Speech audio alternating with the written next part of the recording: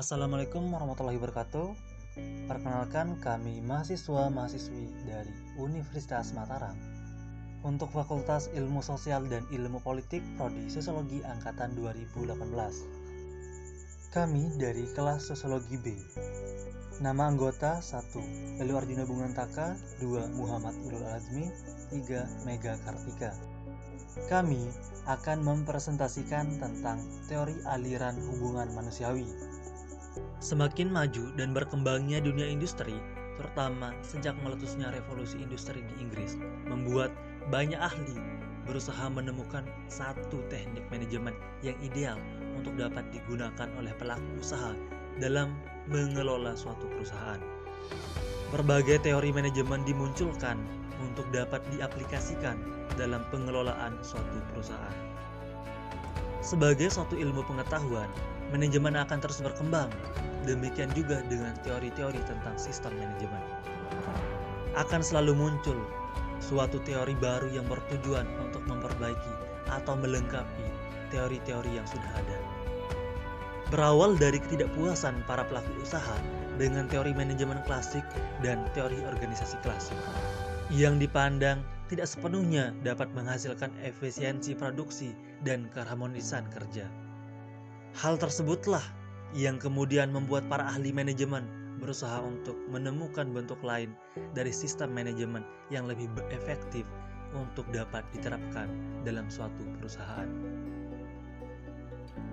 Dari hasil penelitian tersebut, muncullah suatu teori manajemen baru sebagai solusi atau jalan keluar dari rasa ketidakpuasan para pelaku usaha atas teori manajemen klasik dan teori organisasi klasik tersebut. Teori yang dimaksud adalah aliran hubungan manusiawi atau aliran neoklasik yang memasukkan unsur sosiologi dan psikologi untuk melengkapi teori manajemen klasik dan teori organisasi klasik. Tokoh aliran hubungan manusia di antaranya adalah 1. Hugo Manserberg. Sebagai pencetus teknologi industri, Hugo Manserberg sering disebut Bapak Psikologi Industri. Dalam bukunya yang berjudul Psychology and Industrial Efficiency, ia banyak menguraikan penerapan peralatan-peralatan psikologi untuk membantu pencapaian tujuan produktivitas. Hugo Manserberg mengemukakan bahwa untuk mencapai peningkatan produktivitas dapat dilakukan dengan melalui 3 cara, yaitu 1. Penemuan best possible person, 2. Penciptaan best possible work, 3. Penggunaan best possible effect untuk memotivasi karyawan. 2. Elton Mayon. Hubungan manusiawi sering digunakan sebagai istilah umum untuk menggambarkan cara di mana manajer berinteraksi dengan bawahannya. Bila manajemen personalia mendorong lebih banyak dan lebih baik dalam bekerja, hubungan manusiawi dalam organisasi adalah baik. Bila moral dan efisiensi memburuk, hubungan manusiawi dalam organisasi adalah buruk.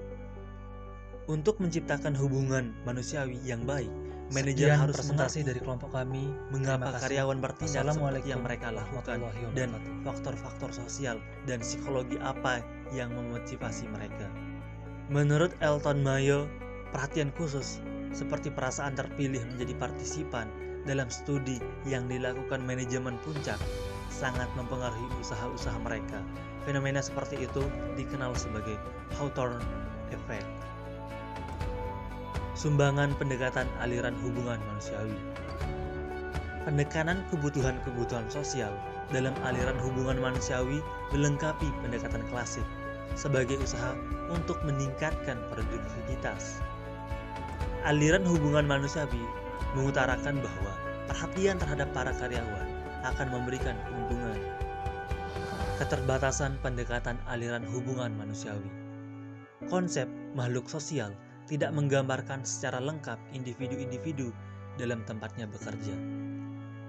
Perbaikan-perbaikan kondisi kerja dan kepuasan karyawan tidak menghasilkan peningkatan produktivitas yang dramatik seperti yang diharapkan.